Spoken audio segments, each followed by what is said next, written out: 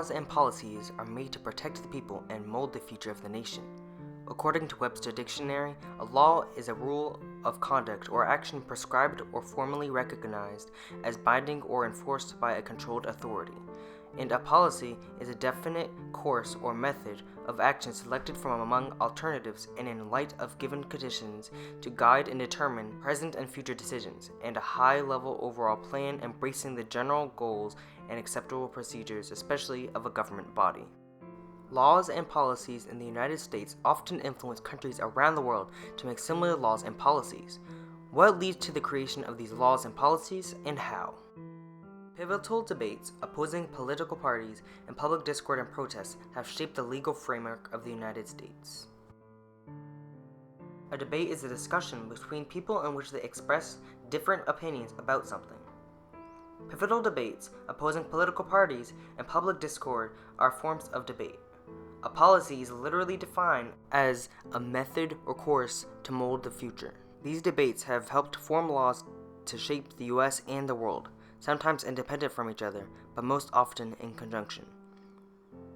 Relevant examples include the Booker T. Washington versus W.E.B. Du Bois debate, the Compromise of 1877, Dr. King and Malcolm X, and the James Baldwin versus William F. Buckley debate. During Reconstruction, educator Booker T. Washington and scholar W.E.B. Du Bois engaged in a decades-long powerful discourse on how to approach racial inequality. Booker T. Washington and scholar W.E.B. Du Bois were two of the most influential people in the African American community during the late 1800s. However, they had vastly different ideas on how to progress socially and economically. Their ideas can still be found to this day in many political discussions about the end of racial prejudice and classism. Booker T. Washington encouraged racial solidarity, self-help, and accommodation. He encouraged black people to accept discrimination and focus on elevating themselves with higher education. According to PBS, he believed in education in the crafts, industrial and farming skills, and cultivation of virtues of patience, enterprise, and thrift. He believed that this would gain the respect of white people and would lead to black people being integrated into society with respect. W.E.B. Du Bois strongly disagreed with this. He said that Washington's strategy would perpetuate white oppression. Du Bois called for political action like protests and marches.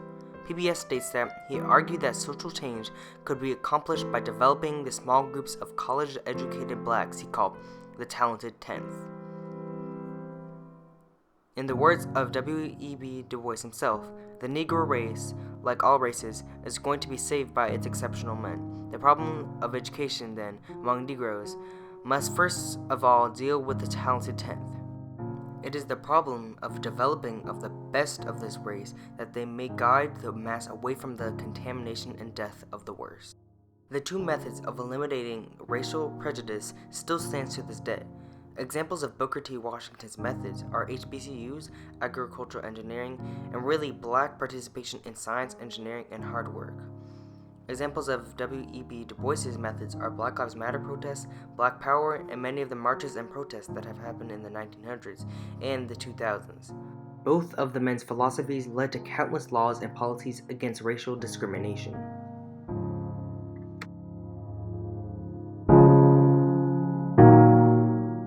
The Compromise of 1877 was an informal deal between the Democrat and Republican parties.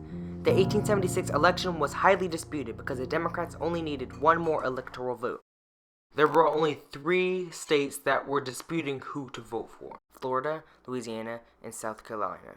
These 3 states were the only states that were still in the Reconstruction era. The compromise removed all federal troops protecting black people in the states. This resulted in an uproar of violence against black people, including bombings, shootings, police brutality, and much, much more. It also led to decay of political rights for black people. In 1873, the 14th and 15th Amendments were added to the Constitution, allowing African Americans citizenship and protection under the Constitution. This gave them the right to vote. Most of what black people managed to achieve financially and socially during Reconstruction was destroyed because of the Compromise of 1877. In this time, the multi-century violence and intimidation to prevent African Americans from voting began.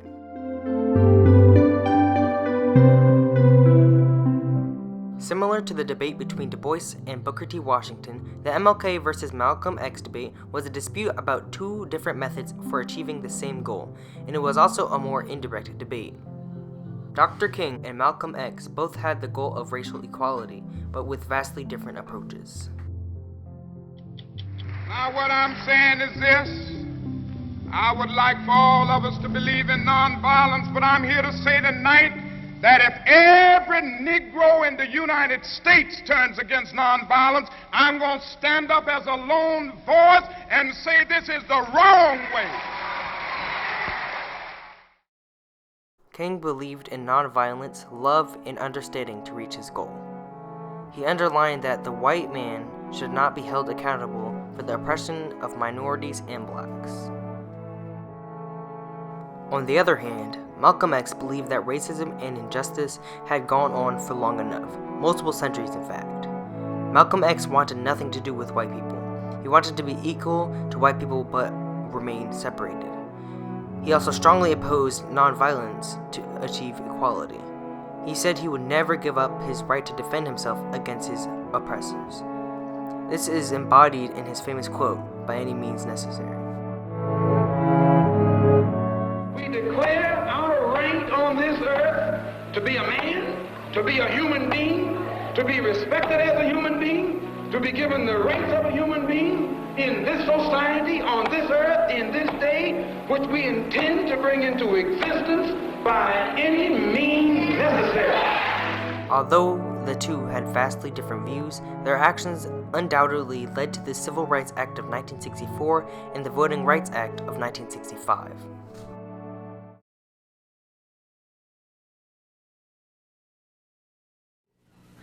It comes as a great shock around the age of 5 or 6 or 7 to discover that the flag to which you have pledged allegiance, along with everybody else, has not pledged allegiance to you. It comes as a great shock to discover that Gary Cooper killing off the Indians when you were rooting for Gary Cooper, that the Indians were you. James Baldwin was an American essayist, novelist, and playwright whose eloquence and passion on the subject of race in America made him an important voice, particularly in the 1950s and early 1960s in the United States and later throughout the Western world. William F. Buckley was an author who was considered by some to be the father of conservatism. The refusal of the American community to treat him other than as a Negro.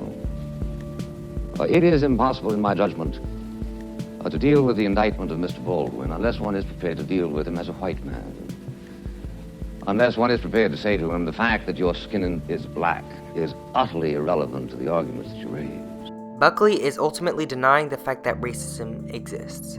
The proposition in the Baldwin versus William F. Buckley debate was, the American dream is at the expense of the American Negro. This basically means that the very people who made the American dream possible are not reaping the benefits. James Baldwin proved to millions of people in the United States that white people don't have the right to destroy another race, specifically black people. Baldwin stood up to a mainly white audience and pointed out the wrongs of segregation and oppression. He told them that black people built this nation through unpaid, forced labor. James Baldwin's win in the debate was another push in the direction of desegregation and the Voting Rights Act of 1965. Debates and disagreements throughout the 1800s and 1900s helped shape the modern framework for the United States. The W.E.B. Du Bois and Booker T. Washington informal debate laid down the foundation for modern protests and African American progress. The Compromise of 1877 had a severely negative effect on African American progress. It laid down the foundation for abuse and intimidation towards black people for centuries to come. The protests, led by Malcolm X and Dr. King, helped secure black civil rights and the right to vote. The Baldwin versus Buckley debate proved to the world that the people who built the nation earn nothing and white supremacists have no right to oppress black people.